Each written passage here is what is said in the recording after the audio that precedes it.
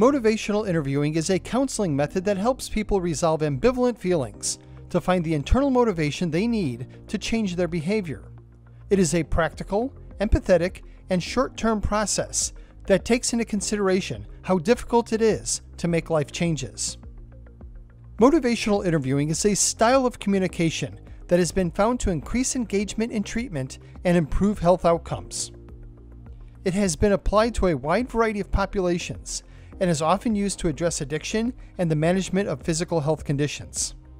In this 4-part training series, QSource examines how clinicians can use motivational interviewing within their practice settings, better understand how patients are motivated to make change, and educate staff in using motivational interviewing techniques.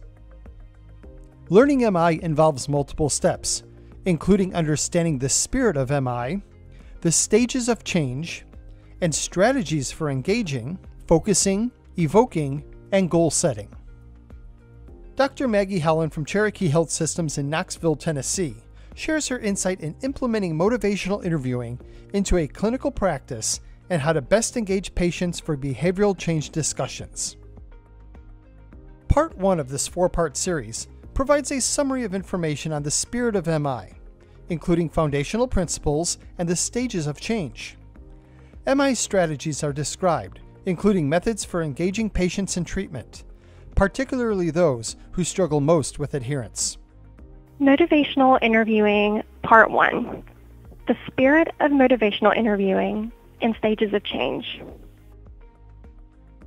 There are 4 processes of motivational interviewing: engaging the patient in their treatment plan, focusing on a specific target behavior, evoking the patient's motivation for change, and planning collaboratively with the patient, helping them to set a goal that they're more likely to be able to follow. For this portion of the training, I'm going to focus on the spirit of motivational interviewing and begin to discuss how to engage the patient in their treatment, especially when working with a patient who's not adhering to the treatment recommendations. The problem that both we face as healthcare providers and patients face is treatment non-adherence.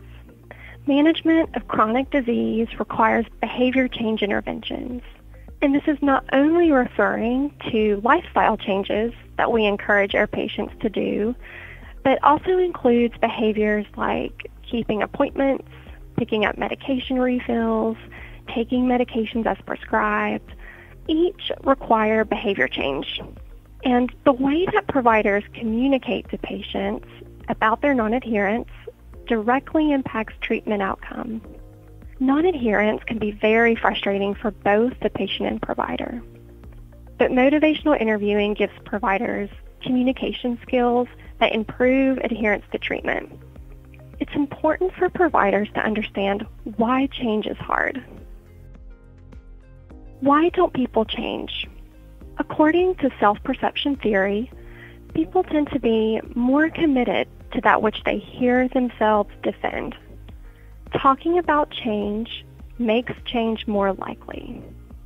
So the more that you hear yourself talk out loud about change, the more likely you are to be able to change successfully.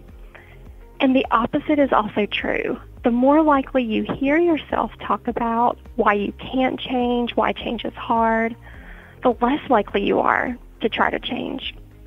And providers often fall into a trap of being the ones who talk about change in the appointment. This naturally leads the patient to voice more reasons why they can't change. Remember, we want our patients to be the ones to voice desire for change. The next foundational principle is cognitive dissonance. Cognitive dissonance states that inconsistencies between beliefs will cause discomfort, and it's uncomfortable to have those inconsistencies pointed out. A patient may say to you, "I want to improve my health," but then later in the visit, they describe reasons why they aren't following the current recommendations. So I want to lose weight, but I'm not willing to give up my sodas. Motivational interviewing helps you to point these inconsistencies out to patients in such a way that strengthens those health-driven behaviors. There are additional factors why people don't change. The way that we talk to our patients about change may not be their current priority. Our reasons for wanting patients to change might not be their reasons for wanting change. Your patient with uncontrolled diabetes may not prioritize seeing a change in their A1C, but they do wish that their neuropathy would stop getting worse so they can play with their grandchildren. Confidence is also a major factor with change. If you're not confident that a behavior will result in a desired outcome, you're not likely to try. And that's just human nature. Our patients also frequently have obstacles in the way of following our treatment plan. And we can help them to problem solve these obstacles if we take the time to ask them what those are. And lastly, ambivalence is a central part of the change process. Most of our patients are ambivalent to some extent. If they're in your office, that tells you that they value something about their health to keep the appointment, and it's your job to figure out what that value is. It's important to remember, having difficulty with change is not a sign of weakness or resistance. It's a normal part of the change process. When using motivational interviewing, every provider-patient interaction feels more like a dance rather than wrestling or a tug of war. Not only does this improve patient health outcomes, but it's also beneficial for the provider. Conversations that would have been very frustrating now feel just as easy as conversations with patients who are actively working on their health. Being mindful of the way that you think about your patients will naturally foster an interaction that's more like a dance. The spirit of motivational interviewing includes these 4 principles that guide the way providers think about their patients. An MI provider views the patient-provider relationship like a partnership rather than a hierarchy. You may be the expert in medical knowledge and intervention, but the patient is an expert on how the treatment interventions will fit into their lives and what's needed for them to be successful. Going into every appointment with curiosity to learn more about what motivates a patient and what barriers the patient is experiencing will naturally enhance a provider's compassion and empathy. And when patients feel understood by their provider, treatment adherence improves. Motivational interviewing also involves accepting patients for where they are in their change process, while also respecting their autonomy. And finally, MI providers evoke motivation for change from the patient.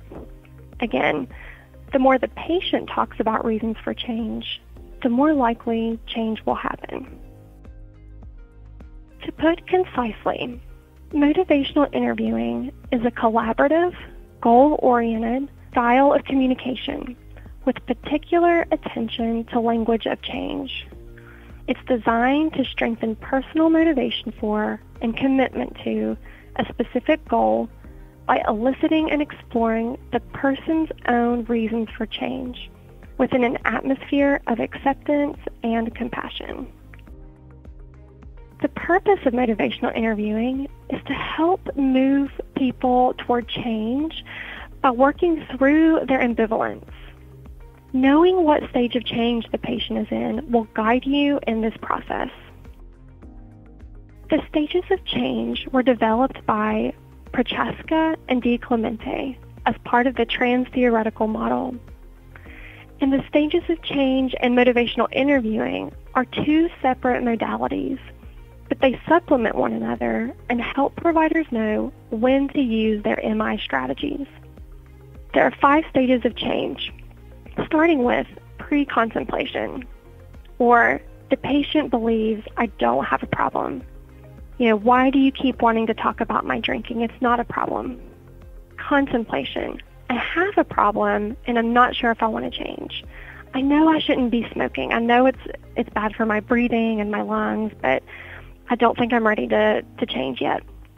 Preparation, I'm thinking about changing. I've started talking to my husband about what healthy groceries we can start getting. In action, I'm doing it. I'm working on change. I'm cutting back on smoking. I'm down to 10 a day from 20 a day. And finally, maintenance. I've changed and I'm working on keeping it up. The stages of change is not a linear process. It's fluid. A patient may sound like they are pre-contemplative in one part of the visit and in preparation in another part.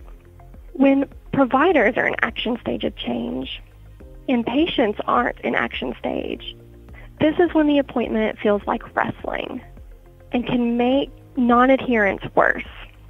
And a provider being in action stage often feels like the provider talking for most of the appointment, giving the patient all of the information, rather than eliciting information from the patient as to how that they can change.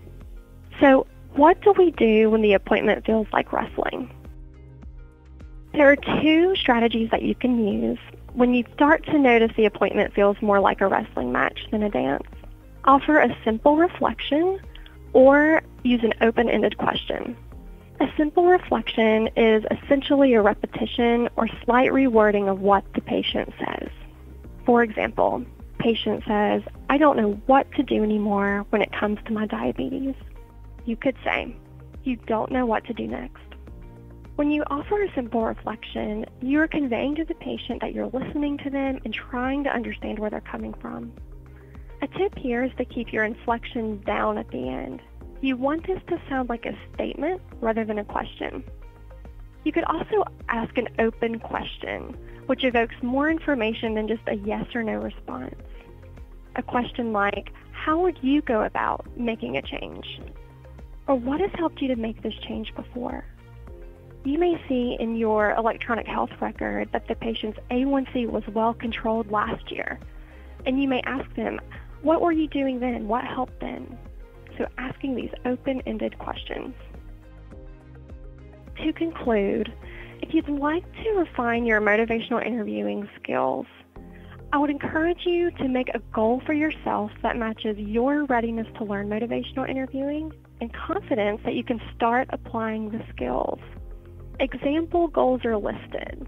You may say, for one patient a day, or for every patient, or every Wednesday after each visit, I'm going to identify the patient stages of change and rate if visit felt like dancing or wrestling. Or you could set a goal for yourself about offering a simple reflection or an open-ended question to practice this in every visit that you can. And then reflect on how that conversation felt and how the patient responded. So remember, keep practicing and building on your goals over time.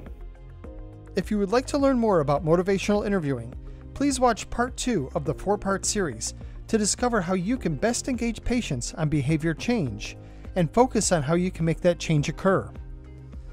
Successful management of kidney disease involves behavior changes, including following a renal diet, maintaining medications, following fluid intake guidelines, managing blood sugar, and making healthful choices that are best for each individual patient, such as choosing a modality like home dialysis or transplant, accepting recommended vaccines, and being an active member of the healthcare team.